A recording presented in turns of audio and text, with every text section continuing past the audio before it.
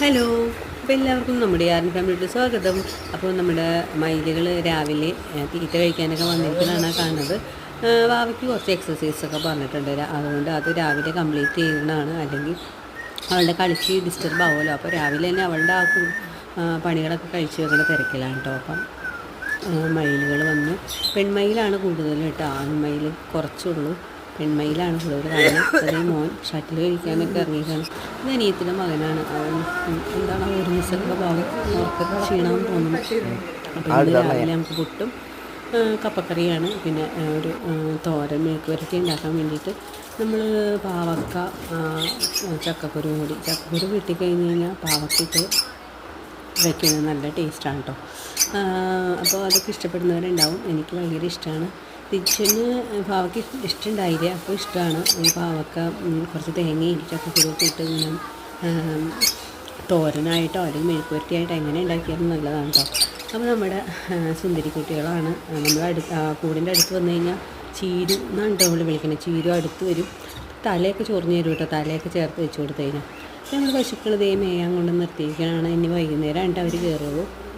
അപ്പോൾ രാവിലത്തെ ഡ്യൂട്ടിയിലാണ്. പുട്ടും കപ്പക്കറിയാണെന്ന് പറഞ്ഞല്ലോ, അപ്പോൾ അത് റെഡിയാക്കാനുള്ള തിരക്കിലാണ് കേട്ടോ. എല്ലാ ദിവസവും രാവിലെ എഴുന്നേറ്റ് കഴിഞ്ഞാൽ എന്താ ഇന്ന് ഉണ്ടാക്കുക എന്നുള്ളൊരു കൺഫ്യൂഷനാണ്. പിന്നെ പുട്ട് കൂടുതൽ ഇപ്പം അവധി ആയതുകൊണ്ട് തന്നെ പുട്ട് കൂടുതൽ ഉണ്ടാക്കി വെച്ച് കഴിഞ്ഞാൽ നല്ല കറിയാണെങ്കിൽ ഇങ്ങനെ വന്നും പോയൊക്കെ കഴിച്ചോളും. അല്ലാതെ സ്നാക്സ് എന്ന് പറയാനായിട്ട് അങ്ങനെ വറുത്തത് ബിസ്ക്കറ്റ് അങ്ങനെയൊന്നും വാങ്ങിച്ച് വെക്കാറില്ല. അതുകൊണ്ട് ഇതൊക്കെയാണ് കുട്ടികൾ കഴിച്ച് വയറ് നിറയ്ക്കാറ് കൂടുതലും. പിന്നെ വല്ലപ്പോഴും മാത്രം ഇങ്ങനെയുള്ള വറുത്തത് ബിസ്ക്കറ്റ് അങ്ങനെയൊക്കെ വാങ്ങിക്കാറുള്ളൂ. മൂത്ത ആൾ മാല കെട്ടാനായിട്ട് തുളസി പറിക്കലാണ് കാണുന്നത്. അപ്പോൾ നമുക്ക് 2 തുളസി ഉണ്ട്. ആ തുളസിയുടെ അടിഭാഗമൊക്കെ നമ്മുടെ തുരന്ന മണ്ണെടുത്ത് ഇങ്ങനെ കൂട്ടിയിട്ടേക്കാണ്. ഞാനതൊരു ചാക്കാക്കിയിട്ടോ നിറച്ച് വെച്ചേക്കണം. തുരപ്പൻ്റെ ശല്യം കാരനാണ് ആ ഭാഗത്തൊക്കെ ടൈലിട്ടത്. പക്ഷേ തുളസി അവിടെ നിൽക്കുന്നതുകൊണ്ട് ആ ഒരു കട്ട കുറച്ചാണ് ഇട്ടത്. പക്ഷേ അതിൽ കൂടിയാണ് ഇപ്പോൾ നമ്മുടെ തുരപ്പൻ്റെ ഒരു സഞ്ചാരം.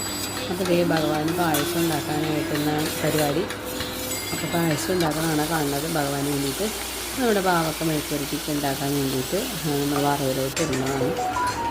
അങ്ങനെ ഇന്നത്തെ പണികൾ ഇങ്ങനെ അത്യാവശ്യം ഒതുങ്ങിക്കൊണ്ടിരിക്കുന്നതാണ് കേട്ടോ. അപ്പോൾ ഇന്ന് മാല വെക്കലും നെയ്ത് വെക്കലൊക്കെ പാകമാണ്. നമ്മുടെ വീട്ടിലുണ്ടാക്കി നല്ല നെയ്യാണ് കേട്ടോ ഭഗവാന് പായസത്തിൽ ഒഴിക്കുന്നത്. അപ്പോൾ നല്ല വറുത്തൊക്കെ കശുവണ്ടി മുന്തിരി കൂട്ടുന്നതാണ്. നല്ല മണമൊക്കെ വന്നിട്ടുണ്ടായിരുന്നു പായസമൊക്കെ ഉണ്ടാക്കിയപ്പോൾ. അപ്പോൾ ഇന്നത്തെ വീഡിയോ ഇത്രയേ ഉള്ളൂ. ഓക്കെ, ബൈ, നാളെ കാണാം.